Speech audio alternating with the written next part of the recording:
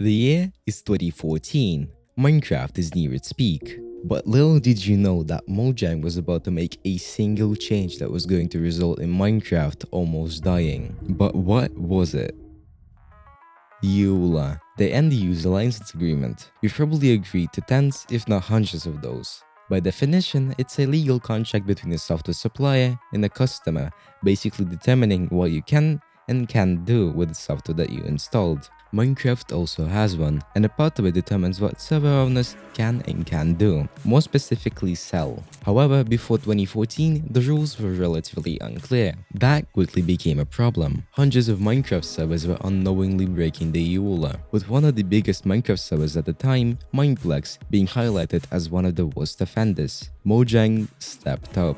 On June 12, Mojang published a post on the website clarifying what servers can and can't sell. In the post, a Mojang employee called Owen explained that server owners could not sell things like overpowered items, abilities, or restricted gameplay features, though they could sell things like personalization and overall access to the server. Although the terms described by Owen were present in the EULA since the game's launch in 2009, they really have never been enforced.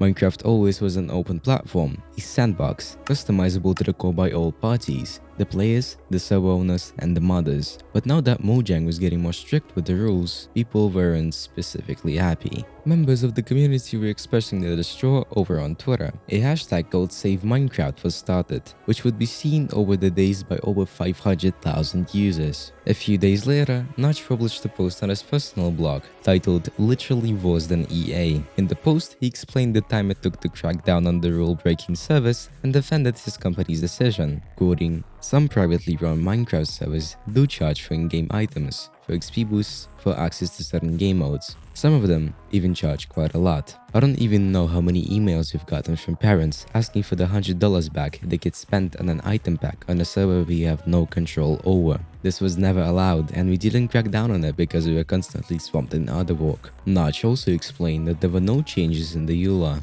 quoting, "Someone saw that the EULA says you can't charge for these things and asked one of the people working at Mojang about it. That person said yes, it is indeed against the rules, and then everything exploded." A lot of people got the impression that we're changing the EULA somehow to only now disallow these things, but they were never allowed. A lot of people voiced their concerns. A few people got nasty. Someone said that we're literally worse than EA. But that didn't make the situation any better. Simon, the owner of Hypixel, released a forum post talking about all of the changes, quoting, "Those changes might hurt the server community and we might need to make sacrifices. Those rules have been written by people who do not understand how we operate our servers at the scale we are at. The top servers were the most affected by those changes, when in fact, those changes were meant to be targeted at smaller servers abusing the Minecraft community for money." Sterling, one of the owners of Mineplex, published an open letter to Notch where he expressed his concerns as a big server owner. Sterling wrote, "I personally discussed a rank system with a member of your business team at Minecon last year, and he confirmed we were in compliance with the EULA. The only rule was not to sell Mojang intellectual property, for example, selling access to a diamond sword, which none of the large networks do. But the backlash didn't really bother Mojang, as the decision was not reversed, and servers had until August 1st, 2014 to make changes to comply with the EULA.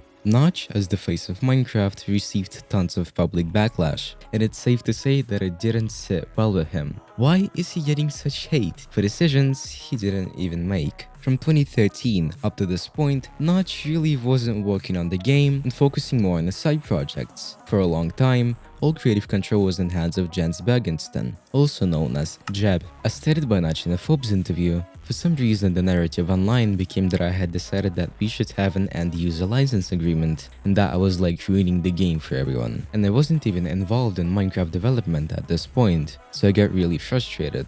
I couldn't deal with all these fans that just get the wrong idea and just get pissed off at me, and I hadn't even done anything. At that time, Notch had seen the documentary called This Is Philfish, a game designer that had to disappear from the internet due to the standards that famous people are held to. Notch saw the disconnect between him and his fans. It felt like he could just maybe sell the game and move on. So on June 16th, 2014, Notch tweeted, "Anyone wanna buy my share of Mojang so I can move on with my life? Getting hate for trying to do the right thing is not my gig." At first, the tweet was somewhat of a joke, but Notch actually got some offers, including one from Microsoft, quoting, "I thought about it for a while and said, yeah, I would actually really like to not be responsible for this for a while." After a few weeks, the deal was closed.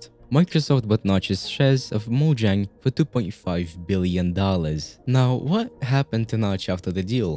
Well, that's a story for another day. But now, where did Microsoft take Minecraft? Well, of course, Microsoft did update the game, but most updates weren't specifically met with a positive response. Take, for example, the first major update released by Microsoft, 1.9. Up to 2017, Mojang under Microsoft was focusing on branching out and releasing the game on other platforms. At the time, the game was released on devices like the PS Vita, Wii U, and Nintendo Switch. At that time, Bedrock Edition came out, the cross-platform version of the game, but those releases didn't really help Minecraft stay relevant. A huge part of making the game popular in the first place was YouTube. In 2014, Minecraft was the most popular game franchise on the platform. With the way Microsoft treated the game, the YouTube popularity absolutely tanked. OG YouTubers like DanceDM, Beijing Canadian, Droma SF, and Skyraz Minecraft switched their focus from solely Minecraft to other games. Minecraft wasn't the thing anymore. People looked at it as a thing of the past. The huge decline in relevancy lasted up until 2019. But how did it manage to come back? Well, I already kind of talked about that, so if you want to know, consider checking out my previous video titled "Why is Minecraft Still Alive?" As of recent, Microsoft isn't doing well. Recently, a EULA update came out regarding Minecraft service and Minecraft content. And let's just say that the community isn't exactly happy. The decisions that Microsoft has been making these past few years are making the future of the game seem completely unclear. But for now, I have one last thing to say. Time will tell. Thank you for watching.